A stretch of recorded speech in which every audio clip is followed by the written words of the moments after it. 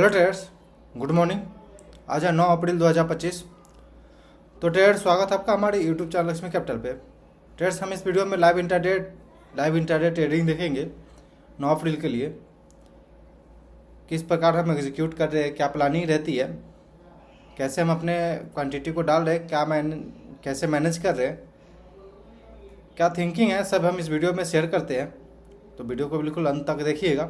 यदि आप बिगिनर हैं तो बिल्कुल देखिएगा, क्योंकि हम भी बिगिनर ही है।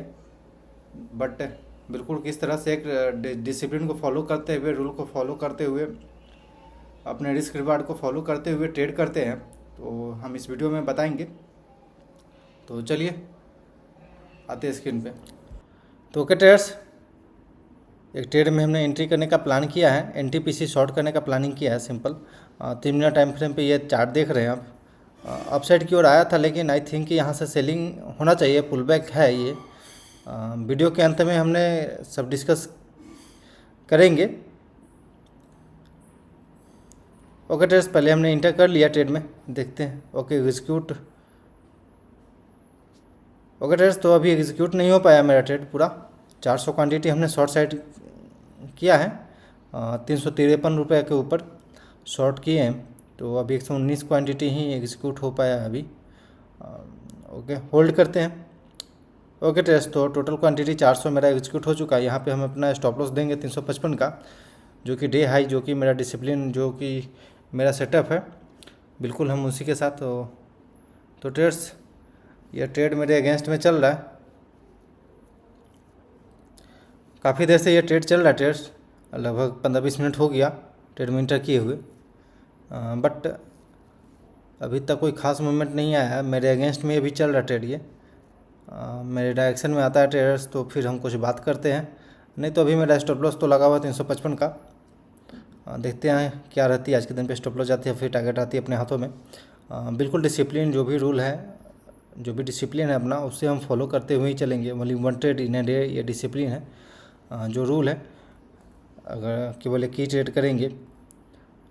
ट्रेड्स, मेरे वॉच लिस्ट में 3-4 स्टॉक था जो बहुत अच्छा परफॉर्म कर रहा है, बट ये एनटीपीसी में हमने इंटर कर लिया है। देखते हैं ये क्या परफॉर्म करती है, आज परफॉर्म करती है या नहीं करती है। ओके ट्रेड्स, तो ये मेरे अगेंस्ट में गया था, बट वहाँ से अप साइड से सेलिंग चली है अच्छा खासा, और नीचे आ चुके हैं हम लोग।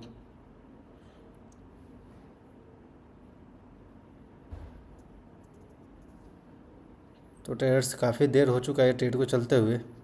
लगभग 400, 450, 500 रुपया प्रॉफिट के आसपास हम लोग चल रहे थे।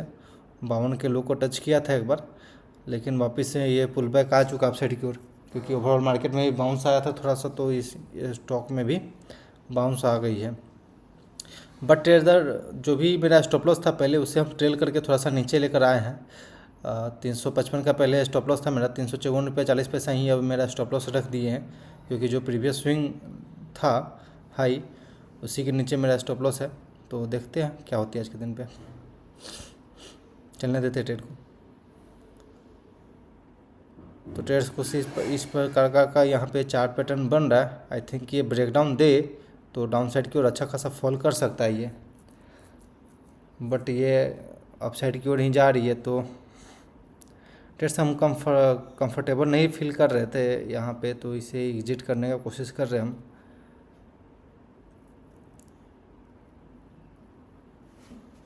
तो ट्रेड्स, इसे हम एग्जिट कर दिए, जैसा हम सोच रहे थे वैसा नहीं हो रहा फिर, और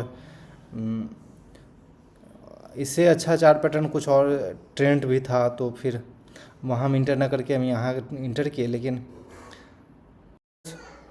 जैसा कि आपने वीडियो देखा मेरा, ट्रेड करने के पीछे का लॉजिक हम इस वीडियो में डिस्कस करेंगे कि क्यों हमने एनटीपीसी को शॉर्ट साइड का प्लान किया था। तो सिंपल, अभी हम आते हैं निफ्टी 50 के चार्ट पे, और कुछ ब्रॉडर मार्केट का इंडेक्स देखेंगे अभी, उसके बाद आपको बताते हैं ट्रेड्स।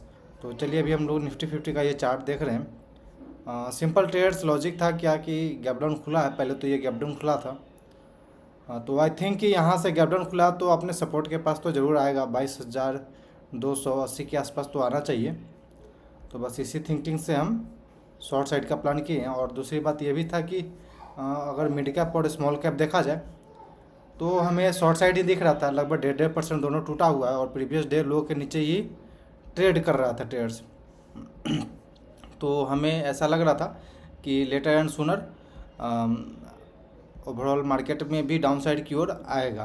प्रीवियस डे लो के नीचे मिड कैप और स्मॉल कैप चलने लगा था। तो फिर हम भी यही सोचे कि बस इसके बाद नीचे आना शुरू हो जाएगा आराम से, बट ज़रूरी नहीं है कि जो थिंकिंग रहे वही है हो। तो ट्रेडर्स हम इस ट्रेड ये भी देख रहे हैं ट्रेडर्स की अपने सपोर्ट के पास आ चुका है, अप साइड की ओर गया था बट वापस से सेलिंग हुआ। तो बस हम ये सोच रहे थे कि इसमें सेलिंग हो जाएगा एनटीपीसी में और ये अपने टारगेट के पास आ जाएगा, बट ऐसा नहीं हुआ और ये बस ऐसे ही कंसोलिडेट कर रहा है लो वॉल्यूम के जैसा। तो ट्रेडर्स इतना सारा स्टॉक हम ट्रैक कर रहे थे अपने वॉच लिस्ट में जिसमें कि पहला गोदरेज कंज्यूमर प्रोडक्ट है, जो कि हम कल के दिन पे भी इसे शेयर किए थे। आज के दिन पे बहुत अच्छा मूवमेंट दिया इसमें, बट हम इसमें ट्रेड नहीं कर पाए, बाइंग साइड नहीं जा पाए क्योंकि वही लॉजिक था। बाइंग साइड नहीं जाने का सिंपल सा लॉजिक था कि ओवरऑल मार्केट में सेलिंग प्रेशर बना हुआ है, निफ्टी मिड कैप और स्मॉल कैप डाउन साइड की ओर जा रही है, तो हम ट्रेंड के साथ ही रहे तो ज़्यादा बेहतर रहेगा। इसी के थिंकिंग से हम इसमें नहीं इंटर किया। नहीं तो यहाँ पे अगर ट्रेडर्स हम इंटर करते, गोदरेज कंज्यूमर प्रोडक्ट आज 9.15 का कैंडल ये है, कल के दिन पे भी ठीक ठाक मूवमेंट दिया था और 9.15 का कैंडल ये है। तो अगर हम प्राइस एक्शन के अगर रिस्क रिवार्ड का बात करें तो सिंपल ये यहाँ पे अगर हम एंट्री करते तो नीचे के लेवल का 7 रुपया 7.5 रुपये का मेरा स्टॉप लॉस रहता, उसके दिन अगेंस्ट में 14 रुपये का टारगेट आराम से हम अचीव कर लेते। इसमें सिंपल दिख रहा था, बट बाइंग साइड नहीं जाने का रीज़न वही है कि ओवरऑल मार्केट में हमें सेलिंग प्रेशर दिख रही है। उसके अलावा मेरिको भी कल के दिन पे ही चार्ट पैटर्न था, तो मेरिको में भी बहुत अच्छा रिस्क रिवार्ड मिल रहा था, बट बाइंग साइड जाना ही नहीं था। सेलिंग साइड में एक स्टॉक हमें ट्रेंड दिख रही थी, बट ट्रेंड छोड़ के हम एनटीपीसी को शॉर्ट कर दिए, जो कि मेरा गलती था। एनटीपीसी से अच्छा ट्रेंड था मेरा, अगर देखा जाए तो इसमें ब्रेकडाउन दिख रही है। यहाँ पे 9.15 का कैंडल है, ये ब्रेकडाउन दिया आज। ओवरऑल पहले से ये गैप डाउन खुला हुआ है, सेलिंग प्रेशर बना हुआ है, तो इसमें एक अच्छा रिस्क रिवार्ड भी नहीं था, लेकिन एक ठीक ठाक था ट्रेड की यहाँ पे ये शॉर्ट साइड में हम कर लेते। एनटीपीसी से ज़्यादा अच्छा ये था ट्रेड्स। जनरली हम रिस्क रिवार्ड का बात करें तो जनरली हम ऐसे स्टॉक को ट्रेड करना चाहते हैं जिसमें कि हम इंटर करें तो उसके बाद मेरा स्टॉप लॉस ये जो भी स्टॉक प्राइस है, जैसे कि 4700 का स्टॉक है तो 4700 का 50% ही मेरा अपसाइड की ओर रिस्क रहे। तो इसी के थिंकिंग से हम शॉर्ट करते हैं और उसी की थिंकिंग से हम रिस्क रिवार्ड पर ट्रेड बनाते हैं। बट इसमें भी ये रिस्क रिवार्ड लगभग 1% आर थे इस स्टॉक का, जिस वजह से भी हम इसमें नहीं इंटर किए। एनटीपीसी में ट्रेडर्स सिंपल सा लॉजिक था इंटर करने का कि ये यहाँ से हम एक ट्रेंड लाइन बनाएं तो अपने रेजिस्टेंस के पास से रेजिस्टेंस फेस करते हुए डाउन साइड की ओर दिख रही है और लगभग 1 बार 2 बार 3 बार 4 5वां बार अभी ये रेजिस्टेंस फेस कर रहा है ट्रेडर्स। और सिंपल से यहाँ से नीचे से हम एक ट्रेंड लाइन बनाएंगे तो जो कि पहले सपोर्ट जैसा बन रहा था, बट अब ब्रेकडाउन दिखा हमें, यहाँ पे ब्रेकडाउन रीटेस्ट वापस से डाउन साइड की ओर आई थिंक कि यहाँ से जाना चाहिए, बट ऐसा नहीं हुआ और ये कंसोलिडेट कर रहा है अपने एक रेंज में। तो बस हम इसे एग्जिट कर दिए, हमें थोड़ा सा कंफर्टेबल फील नहीं हो रहा था तो हम इसे एग्जिट कर दिए ट्रेडर्स रैंडम ही। तो ये चार्ट पैटर्न सिंपल आप देख सकते हैं, जो कि मेरा ये सेटअप है और यूपीएल था शॉर्ट करने का प्लानिंग मेरा, क्योंकि सेम जैसा ट्रेंड है बिल्कुल ये भी यूपीएल भी अपने गैप डाउन खुला वापस से रेजिस्टेंस फेस कर रहा था और हम एक ट्रेंड लाइन बनाते हैं लोअर लेवल से, तो यहाँ से ब्रेकडाउन दिख रहा था। ब्रेकडाउन के बाद ये आई थिंक नीचे चलेगा, बट कोई रिट्रेसमेंट नहीं, यहाँ पे 9.15 पे खुला और कोई रिट्रेसमेंट नहीं आई, कोई ऐसा बोल नहीं सकते पुल बैक आया और ये बैक टू बैक नीचे गया तो फिर हम यहाँ पे शॉर्ट नहीं कर सकते थे।